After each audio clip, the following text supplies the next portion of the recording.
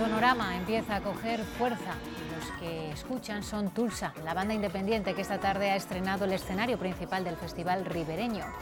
Aquí se subirá en unos minutos el Cigala.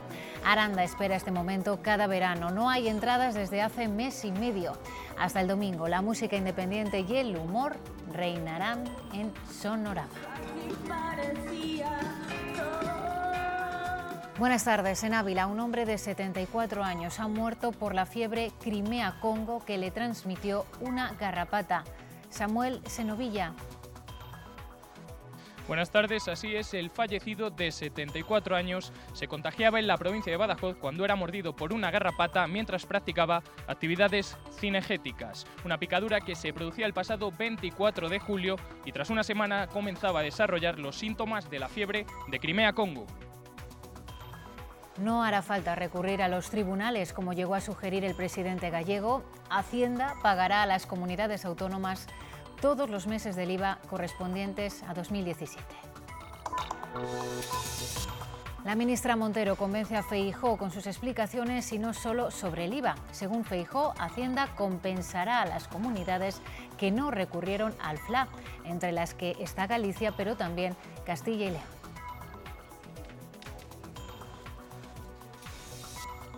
Alberto, buenos días. Hola, soy Rosa, la doctora. Y esta es una consulta no presencial. El médico responde a las dudas del paciente por teléfono. No busca sustituir a las consultas convencionales, pero sí aligerar cuestiones concretas como la renovación de recetas o la petición de resultados. Se está probando en una veintena de centros de salud. En ningún caso va a sustituir una consulta presencial, en ningún caso va a evitar una exploración física. Si hay una alarma mínima, el profesional va a poner los medios para que esa persona sea atendida. Desmantelada en Soria una banda criminal dedicada al robo con fuerza de furgonetas. Se les atribuyen 80 robos, 20 de ellos en Soria. Aquí almacenaban el material que habían sustraído. Hay herramientas, televisores, licor y hasta 400 kilos de café. Se ha detenido a 8 personas, son españoles y portugueses. El buque Open Arms llega al puerto de Algeciras con 87 migrantes a bordo y critica que el gobierno haya incumplido la normativa internacional no permitiéndoles desembarcar antes en un puerto más cercano. También la Junta de Andalucía reprocha al Ejecutivo que le envíe más menores cuando ya no tiene medios. Y hoy sí, el tiempo nos ha dejado respirar y descansar. Mañana nos levantaremos con nubes bajas por el nordeste, en el resto poco nuboso. Nubes de tarde en el este de la comunidad que dejarán chubascos débiles e intermitentes. Las temperaturas comienzan a subir de nuevo. Los termómetros marcarán valores por encima de los 30 grados.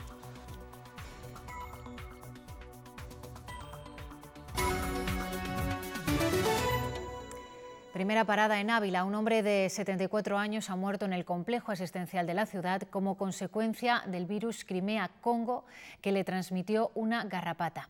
Es un virus de difícil contagio, pero las autoridades sanitarias ya han activado el protocolo correspondiente que implica la vigilancia de las personas que estuvieron en contacto con el fallecido por si pudieran manifestar algún síntoma. Ávila, Samuel Senovilla, ¿cómo lo van a hacer? Buenas tardes. Efectivamente, ahora las labores se centran en establecer un censo de posibles contactos con el fallecido y de esta manera caracterizarlos como de alto riesgo o de bajo riesgo. De momento, este censo lo componen un centenar de personas, la mayor parte abulenses y 2/3 trabajadores de este hospital. El Centro Nacional de Microbiología del Instituto Carlos III confirmaba el extremo. El fallecido había sido contagiado por el virus de Crimea-Congo. Era un varón de 74 años que había participado a finales de julio en una actividad cinegética en la localidad pacense de Lechosa de los Montes. Ahora se está elaborando un censo de personas que han tenido contacto con el fallecido, un centenar por el momento, para establecer 2 niveles, el bajo riesgo o el alto. Las personas que se las caracterice como de alto riesgo se les va a pedir que registren su temperatura 2 veces al día y se les va a llamar periódicamente para preguntarles cuál ha sido ese registro de temperatura y si tienen algún otro síntoma. Una enfermedad con entre un 5 y un 40% de mortalidad, sin embargo de difícil contagio solo por sangre o fluidos corporales y más comúnmente por la picadura de una garrapata. Por el momento este caso se cerrará cuando termine el periodo de incubación y no se haya producido ningún contagio más. Se da la circunstancia de que hace 2 años otro hombre, vecino de Madrid, murió por el mismo virus tras picarle una garrapata también en Ávila. Las autoridades sanitarias nos recuerdan que hay maneras de prevenir, por ejemplo, usando ropa y calzado adecuado cuando salimos al campo. ¿Cómo prevenir las picaduras de garrapata? Calcetines altos, ya sé que parece que es una cosa un poco exagerada, blancos para que se vean y sobre todo, no arrancarse las garrapatas, porque lo normal es que no vamos a tener un Crimea Congo nunca, pero transmiten otro tipo de enfermedades. Es ir cubiertos de arriba abajo, es decir, no ir con camiseta de manga corta y pantalones cortos, porque si no esas zonas de piel van a sentirse las garrapatas atraídas por ellas, ya que las garrapatas, no sé si lo sabéis, pero casi todas son ciegas y tienen en las patitas delanteras unos sensores que a ellos cuando notan vibraciones, calor, etcétera, pues es más fácil que vayan hacia ti y te piquen. ¿Y en el caso de mascotas? Tenemos pipetas, tenemos collares, tenemos comprimidos. ¿Qué repelentes podemos utilizar? Existen, por ejemplo, camisetas o pañoletas que llevan unas moléculas que están bastante bien, que no hacen daño porque están encapsuladas, ¿vale? En personas yo lo he usado y eso sí que funciona. Funciona para perritos y funciona para personas. El fipronilo, por ejemplo. En una veintena de centros de salud de Castilla y León, el paciente no es el que acude a la consulta de su médico de cabecera, sino que es el facultativo el que le llama por teléfono para interesarse por él. Son las denominadas consultas no presenciales. 3.500 citas se han atendido así ya en un mes. Se trata todavía de un proyecto piloto. En otoño se van a evaluar los resultados. Alberto tiene hoy cita con su médica, pero no está en la consulta. Hola, soy Rosa, la doctora, que tengo una llamada tuya, ¿cómo vas? Se trata de una consulta no presencial. El paciente llama a su centro de salud y pide cita telefónica. A los pacientes les gusta que les llamemos a casa y nos preocupemos por ellos. ¿Qué tal va tu dolor de rodilla? ¿Qué tal? De la misma manera, les gusta que su médico les diga, llámame la semana que viene y me dices cómo vas. O sea, eso refuerza mucho el vínculo. A través del teléfono se atenderán peticiones como renovación de recetas electrónicas, resultados de pruebas o dudas sobre los niveles, por ejemplo, de glucemia. Eso nos beneficia a nosotros porque nos quita carga burocrática y les beneficia sobre todo a los pacientes, puesto que un paciente que a lo mejor está trabajando y necesita un informe médico o un informe de salud para su madre porque va a ingresar en una residencia, pues no tiene que venir de forma presencial. Y responden así a las críticas del defensor del paciente, que las considera un riesgo. Si hay una alarma mínima, el profesional va a poner los medios para que esa persona sea atendida. Es un programa piloto que se está llevando a cabo en 21 centros de salud de Castilla y León. A partir del próximo mes de octubre se irá haciendo de forma gradual disponible para todos los ciudadanos. Castilla y León necesita sangre. El Centro de Hemoterapia y Hemodonación mantiene el nivel naranja en todos los grupos. Se ha pedido a la población que se acerque a donar en los próximos días. No es urgente, pero es importante, nos dicen, mantener las reservas.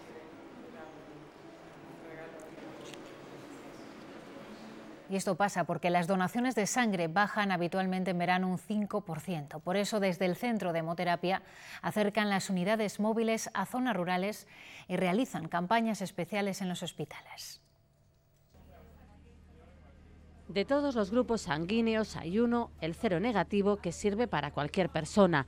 Esa es la sangre de los donantes universales. Si bien tiramos del cero negativo en una primera urgencia, en cuanto sabemos el grupo de los pacientes, necesitamos del grupo real del paciente. Por tanto, toda la sangre tiene un inmenso valor. Con una donación podemos salvar la vida de 3 personas. Después de ser analizadas se separa en glóbulos rojos, plaquetas y plasma. Entonces, después de lo que tenga la patología que presente cada paciente, se le transfunde un componente u otro. El Centro de Hemoterapia de Castilla y León es autosuficiente, pero en verano las donaciones disminuyen un 5%. Los cánceres, las cirugías cardíacas, los trasplantes son patologías que antes no se trataban y que ahora consumen muchísima sangre y que ahora se hacen en verano, en invierno, en primavera y en otoño. Esta comunidad es la segunda de España con mejor tasa. Cada año se realizan 100.000. Y dono sangre pues porque no hay ningún motivo para no hacerlo. Cada día se necesita la donación de 500 personas. La sangre donada se procesa y se almacena. Hay 1.300 bolsas preparadas para llegar a todos los hospitales de la comunidad. Hace una semana, el desabastecimiento de Apocard en algunas farmacias españolas hizo saltar las alarmas. Pero los cardiólogos nos tranquilizan, nos recuerdan que no es el único medicamento que existe para tratar las arritmias. Esta dolencia cardíaca afecta sobre todo a los mayores de 60 años. Desde este ordenador controlan la operación a un corazón que no bombea al ritmo adecuado. Si meten uno un poco cerca del istmo, ya está. Es el equipo médico especializado en arritmias del Hospital Clínico de Valladolid. Es un problema de la electricidad cardíaca, y va desde arritmias que pueden ser malignas, que producen la muerte inmediata del paciente, que son muy pocas por suerte, al otro espectro, que son arritmias benignas, que son lo que la gente cuenta palpitaciones. En el medio está la fibrilación auricular, el tipo de arritmia más frecuente que afecta al 20% de la población mayor de 80 años, aunque no todos lo saben. La fibrilación auricular, por ejemplo, que no se haya diagnosticado, pues puede producir ictus, problemas de accidentes cerebrales, apoplejías. El aumento de la esperanza de vida ha incrementado también otras dolencias cardíacas. La bomba, cuando pasan muchos años, pues claro, un paciente no se muere de un infarto, sobrevive al infarto, pero al cabo de una serie de años pues tiene problemas de fallo en la bomba, porque no tiene fuerza al corazón. Y el infarto, según los datos del Instituto Nacional de Estadística, sigue siendo la primera causa de muerte en España. El buque Open Arms ha llegado esta mañana a Algeciras con 87 migrantes a bordo y rodeado de polémica. La ONG critica al Gobierno de España que no les haya permitido desembarcar antes en un puerto seguro. Y la Junta de Andalucía también se queja por tener que asumir la atención de los 12 menores que viajan a bordo, cuando su sistema de acogida infantil asegura ya se encuentra desbordado. Agradecidos y muy cansados tras una semana de viaje, así llegaban esta mañana al puerto de Algeciras los 87 inmigrantes que se encontraban a bordo del Open Arms. Hay 12 menores, de los que 6 además no están acompañados. La ONG ha agradecido a las autoridades españolas su acogida frente a la política de Italia o Malta, pero ha dicho que podía haberse usado un puerto más cercano como Valencia, Palma o Barcelona. El desembarque en los puertos, evidentemente, no sigue las normativas internacionales que dictan que personas rescatadas hay que dejarlas dejando pasar el menor tiempo posible en un puerto seguro. También se ha quejado el alcalde de Algeciras, que ha invitado a Pedro Sánchez a visitar la ciudad y ver la situación con sus propios ojos. Tras las primeras 72 horas, los inmigrantes serán derivados a un centro de acogida gestionado por Cruz Roja. En el caso de los menores no acompañados, pasarán a formar parte de la saturada red de acogida que la Junta de Andalucía posee en Cádiz. Los migrantes que han llegado hoy no tendrán un estatus especial como los 629 del Aquarius y serán tratados como cualquier inmigrante que llega a las costas españolas. Cambio al que esta mañana se refería así la ministra de Política Territorial. No es que sea distinta, simplemente se aplica estrictamente la legislación no ha cambiado. En el Aquarius también se aplicó la legislación, no se vulneró en ningún momento la ley. Y ese es el estado en el que está. Veo que en apenas 2 semanas el Partido Socialista me ha dado la razón. No era posible la política de papeles para todos, ya parece que lo está diciendo el Gobierno respecto a la condición que van a tener los inmigrantes que vinieron en el Aquarius. El incendio de Llutxent ya está estabilizado. La mejora de la situación ha hecho que muchos vecinos de las urbanizaciones calcinadas hayan podido volver a sus casas. Y este que ven es el aspecto que muestra la zona desde el aire. Hay calcinadas 3.000 hectáreas. Equipos de psicólogos están apoyando a las personas cuyas casas se han visto afectadas por las llamas.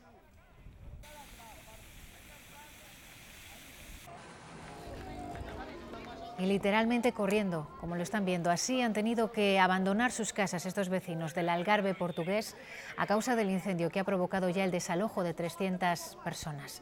El fuego ha alcanzado un perímetro de 100 kilómetros. Hay 35 heridos leves entre bomberos y civiles y una mujer de 72 años con quemaduras graves. Aunque hay zonas con la llama ya extinguida, ahora se lucha para que el fuego no las reactive. De vuelta a España, la reunión que esta mañana ha mantenido el presidente de Galicia con la ministra de Hacienda tiene réditos para todas las comunidades autónomas. Feijóo, junto con el Gobierno de Castilla y León, fueron unos de los que más se quejaron cuando el Ejecutivo comunicó el pasado día 31 a las comunidades que no iban a recibir 2.800 millones de euros de recaudación del IVA. La titular de Hacienda se compromete a buscar una solución al cambio que introdujo Montoro, que permite a las empresas demorar el pago hasta el día 30, lo que deja fuera de la liquidación el mes de diciembre. Pero no solamente eso. Estoy viendo cómo lo puedo arreglar. Pues yo me quedo con ese compromiso de la ministra de que lo va a arreglar. El cómo lo va a arreglar, pues ya le corresponde al Ministerio de Hacienda tomar esa decisión. Pero yo me voy con la convicción de que lo va a arreglar.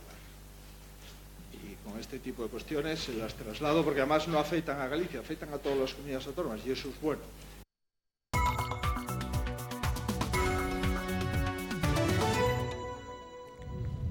El conductor del camión que provocó ayer este gravísimo accidente en Quintanapaya, en Burgos, ha dado positivo en el control de alcoholemia. En el siniestro fallecieron 2 jóvenes de Pontevedra. Hoy hemos sabido que los vecinos del corredor Burgos-Miranda de Ebro van a cortar la Nacional 1 el próximo martes a las 5 de la tarde. Quieren expresar así su indignación por este nuevo siniestro de tráfico. Colisiona y arrolla al primer vehículo que colisiona. Con los 2 fallecidos en el accidente de ayer, son ya 3 las víctimas mortales que se ha cobrado la Nacional 1 en lo que llevamos de año. El histórico es mucho más tremendo. Desde 1994, cuando debería haber finalizado la concesión de la autopista, han fallecido más de 250 personas. 2018 comenzó mal en la Nacional 1. El 3 de enero fallecía un hombre de 44 años en Castil de Peones. Ayer se sumaban 2 víctimas mortales más, 2 jóvenes de Pontevedra de 22 y 26 años. Un goteo de muertes que no cesa. A esto no se acostumbra a nadie, esto es día a día ya, es continuamente, estarte jugando la vida, ver accidentes, ver muertos otra vez y que no se dé ninguna solución. Aquí nadie toma medidas, aquí parece que esto no le dan importancia y sigue falleciendo gente y creemos que ya hay que parar con ello. 80 kilómetros de carretera convencional en paralelo a la AP1, con una elevada intensidad de camiones. Desde que se prorrogó la concesión de la autopista en 1994, han sido más de 250 los fallecidos en accidentes. Uno de los más trágicos, el pasado septiembre en Pancorbo, con 5 muertos de una misma familia. Fomento y la Junta en ese momento se comprometieron a desviar el tráfico pesado por la autopista, pero ese convenio sigue sin firmar. Se podría evitar, quitando el tráfico pesado, pues ya descongestionas un poco la nacional, pero hay que tomar la medida, por lo menos quitar tráfico, porque esta nacional no está preparada para tanto tráfico. Indignación que los vecinos plasmarán el próximo martes cortando la Nacional 1 otra vez y con la vista puesta en el 1 de diciembre, cuando por fin concluirá la concesión de la autopista. La Guardia Civil de Soria ha detenido a 8 personas por robar en furgonetas y pertenecer a una organización criminal. Entre los efectos que sustraían destacan herramientas de construcción, varias partidas de radiadores, televisores, licores y hasta 400 kilos de café. La Guardia Civil de Soria desarticula un grupo criminal dedicado al presunto robo con fuerza en furgonetas. La operación Skin Faith culmina con la detención de 8 personas a las que se les atribuyen hasta 80 hechos delictivos, 19 de ellos cometidos en la provincia de Soria. Fue robo con fuerza en furgonetas y además están acusados de pertenencia a organización criminal. Y una vez que las localizaban, pues las forzaban directamente, bien a través de rotura de cristales o bien a través de forzamiento de las puertas. Se llevaban el material que había en la furgoneta, que podía ser interesante, y a partir de ahí continuaban, normalmente en la misma zona, robando varias furgonetas. Estas imágenes corresponden a uno de los registros de la operación. Se trata del lugar donde almacenaban los efectos sustraídos. Destacan herramientas de construcción, varios palés de radiadores, televisores e impresoras e incluso licores y hasta 400 kilos de café. La zona de receptación donde se han hecho los registros ha sido en Madrid, uno de ellos concretamente en la zona de Cañada Real. Aparte de unos 1.700 euros en billetes fraccionados, los detenidos de nacionalidad española y portuguesa se encuentran a disposición judicial. El caso está en en manos del Juzgado de Primera Instancia e Instrucción de Almazán, municipio donde se iniciaron las investigaciones en marzo de 2018 tras una oleada de robos. En España hay 58.000 pensionistas que lo son pese a tener menos de 40 años. Se trata de jóvenes que debido a un accidente o a una enfermedad no han podido seguir trabajando. Su pensión media es de 650 euros, por lo que en muchos casos dependen de su familia para sobrevivir. Desde Uso reclaman al Gobierno que revalorice sus pensiones para alcanzar al menos el salario mínimo. Tener menos de 40 años y ser pensionista puede parecer una contradicción, pero para 58.000 personas en España es una realidad. Una enfermedad o accidente les impide trabajar. Su pensión ronda de media los 650 euros. Cuando te encuentras gente de 35 años que te dice que para seguir viviendo necesita el cuidado de su madre, es muy fuerte. Y que esa persona reciba 650 euros y tenga que costearse las medicinas. No todas las pensiones son iguales, algunas dan para vivir, pero con otras solo se malvive. Pagar una hipoteca o formar una familia se hace inviable. Uso reclama la revalorización progresiva de estas pensiones hasta alcanzar el salario mínimo. Si para vivir es necesario el salario mínimo interprofesional, también para vivir como pensionista joven, como mínimo, tiene que haber una revalorización periódica hasta que se llegue en un plazo razonable, hasta estar por lo menos en el salario mínimo interprofesional. Piden al Gobierno que se les exima del copago farmacéutico y se les financien los tratamientos necesarios para tener una buena calidad de vida. Muchos no alcanzarán los años necesarios cotizados para acceder a una pensión por jubilación.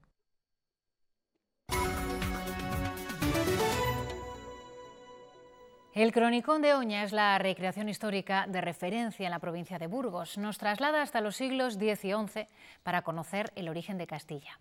A partir de mañana se podrá ver de nuevo en el monasterio de San Salvador de esta localidad. La historia del Cronicón de Oña es un capítulo de la historia de Castilla, un episodio que comienza con la muerte del conde Fernán González y continúa con Sancho García. Representamos hechos y hablamos sobre personajes que están a nuestro lado, los restos mortales, claro. El conde Sancho García, el rey Sancho III de Pamplona, están al lado del lugar en el que nosotros estamos interpretando. Además de ese respeto por el pasado castellano, juega un papel fundamental otro elemento, la luz. Hay que sacarle el máximo de partido y la iluminación indudablemente ayuda muchísimo a darle ese toque de embrujo, ese toque de mágico, ese toque de fantasía. 120 actores, todos amateurs, se preparan para ofrecer un espectáculo por el que han pasado generaciones enteras de vecinos de Oña. Víctor Ibáñez empezó siendo un niño de 5 años o 6 años y hoy es el protagonista del Cronicón. Ha ido pasando por todos los papeles. Hizo el papel de niño que venía de una escena de guerra, hizo el papel de monaguillo, acólito, como nosotros le decimos cuando acompaña a los obispos. Ahora llega el momento de poner sobre las tablas el trabajo de todo un año y hacerlo al servicio de la historia castellana. Madrigal de las Cerezas es el título de la poesía ganadora de la edición 28 del Gran Premio Fray Luis de León, organizado por la Diputación de Ávila. Es una obra que introduce elementos novedosos y versos atrevidos.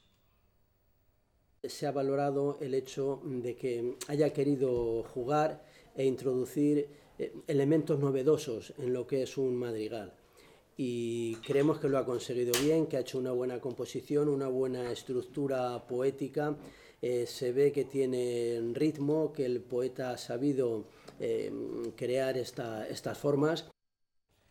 El norte de Valladolid ha acogido hoy un acto de colaboración entre 3 municipios para mejorar su interés turístico. Los lazos de esas localidades con personajes trascendentales para la historia de España es el nexo común de esta alianza cultural. Unirse para rentabilizar la historia en forma de turismo es lo que buscan los pueblos vallisoletanos de Sant Hervasi y Villagarcía de Campos y el burgalés de San Martín de Rubiales. Los 3 tienen su pasado ligado a figuras importantes como Carlos I, Ponce de León y Juan de Austria. Cada uno dejó huella en uno de estos 3 municipios y buscan aliarse para poner en común esa huella y que eso genere visitas turísticas. Alguno ya tiene experiencias parecidas. Nosotros desde Villagarcía hace 3 años creamos la ruta de Jeromina Juan de Austria con 6 municipios más, con Bamba, Torrelobatón, La Santa Espina, Urueña, San Cebrián y Villagarcía, y desde entonces lo que hacemos es reivindicar el patrimonio y la historia de los 6 pueblos. Que hay mucha historia que no la conocemos. Nosotros ha sido hace 5 años cuando hemos descubierto todo este tema de Carlos I. Las 3 localidades inician el trabajo en común con el intercambio de documentos históricos que se han entregado en la iglesia de Sant Hervás de Campos. En nuestro caso, lo que encontramos un documento de Carlos I que firmó en un despacho con Juan Ponce de León. Hasta la comarca de Tierra de Campos han venido algunos vecinos burgaleses. Pronto habrá una devolución de visita para seguir reforzando la unión de estos lazos. Villafranca del Bierzo está inmersa en la música clásica con el 32º curso de composición Cristóbal Halffter. Es un curso selecto en el que el alumno puede mejorar su técnica con uno de los compositores más importantes del mundo. Suena el piano y son las manos de Halffter las que interpretan y enseñan. También las de su hijo Pedro Halffter. Un reducido número de alumnos depuran con ellos y en vivo su técnica y creación. Y es que 32 años de curso demuestran su apuesta por Villafranca, una tierra que resume con este refrán. Donde oigas cantar, quédate, porque los hombres malos no cantan. Pedro les instruye en acordes singulares y les ayuda a conjugar interpretación y composición. Para que su conocimiento les permita ser todavía más creativos y su imaginación no tenga ningún tipo de trabas técnicas. Y el violonchelo suena en el teatro. Armonías con Yangoba Fanlo, uno de los mejores del mundo, que también ofrece clases casi a la carta. Y a la vez dejar esa intuición libre para poder manifestar en los conciertos todo lo que ellos sienten dentro. El curso se prolonga hasta el 11 de agosto y lo hace cada día con irrepetibles conciertos en la tierra que enamoró a Cristóbal Halffter. El año pasado fueron 90.000 personas y en 2018 estas cifras pueden superarse. Sonorama Ribera ya ha levantado el telón en Aranda de Duero, que una vez más se convierte en la capital nacional de la música independiente. Por sus escenarios pasarán hasta el domingo más de un centenar de grupos y de artistas. Junto a uno de esos escenarios se encuentra María Ramos. María, buenas tardes. ¿Cómo está el ambiente ahora mismo ahí, en el festival? Buenas tardes, pues no sé si podéis escuchar a esta hora, el ambiente es bastante flamenco porque toda esta gente de aquí está esperando a que aparezca en el escenario principal el Cigala. El cantaor es uno de los artistas más llamativos de esta edición. Desde hace años Sonorama intenta sorprendernos e intenta demostrarnos que en Aranda no solo es música indie, sino que encajan todos los estilos. Se esperan 25.000 personas al día. Hasta hace un ratito el ambiente estaba en el pueblo, como veis, ahora está aquí en el recinto, porque ahora está el Cigala, pero después se espera que pase por aquí Mikel Erentzun, La Pegatina, Rosalén o Bumburi. Sonorama es Aranda y Aranda es Sonorama, un festival que en 21 años ha aprendido de sus errores y los ha corregido y que además se marca una meta, que la gente se vaya feliz de la ciudad. Esto es un equipo, vosotros formáis parte de él. ¿A que me habéis oído decir eso de que sois nuestra voz? Pues lo voy a decir siempre, sois nuestras palabras, nuestra voz y lo que ha ayudado a que mucha gente conozca el festival. Pero este festival de música no puede entenderse sin su más fiel acompañante, el vino. El Consejo, pues nuestra estrategia lleva ya tiempo, unos años, 4 o 5 años, apoyando a la literatura, al cine, estamos en Seminci, tenemos un premio de narrativa, a la fotografía y, como no, a la música. Este binomio conquistó el año pasado a Rosalén y a Mikel Erentzun. Han venido a brindar por la música sin etiquetas. Has conseguido un festival, lo habéis dicho aquí un par de veces, de música sin etiquetas. Quizás de poner una etiqueta es de buena música, pero un festival muy abierto que a mí en lo particular me ha brindado la oportunidad de venir a un festival que efectivamente, como la alcaldesa lo ha dicho, no es lo habitual en mi carrera, o no era lo habitual hasta hace poco. Lo que quiero es eso, disfrutar muchísimo, porque si disfrutamos nosotros, seguro que disfruta el resto. Así que hacer lo que podamos. Comienza la puesta de largo de todo un año de trabajo. Hacer un festival así no es fácil, pero la prueba de que sale bien es que la gente y los artistas siempre vuelven. No estamos allí, pero casi. Con la música que está sonando ahora mismo en el Sonorama, les vamos a despedir. Hasta mañana, que tengan una feliz noche. Adiós. Cantaban los ruiseñores.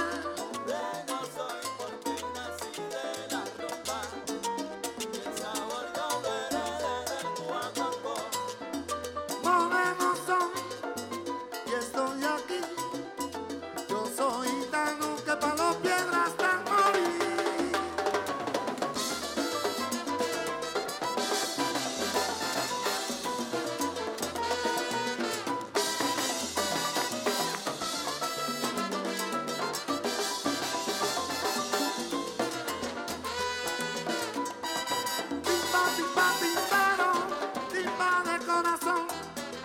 Canta Diego Cigala, lo traigo con mucho amor.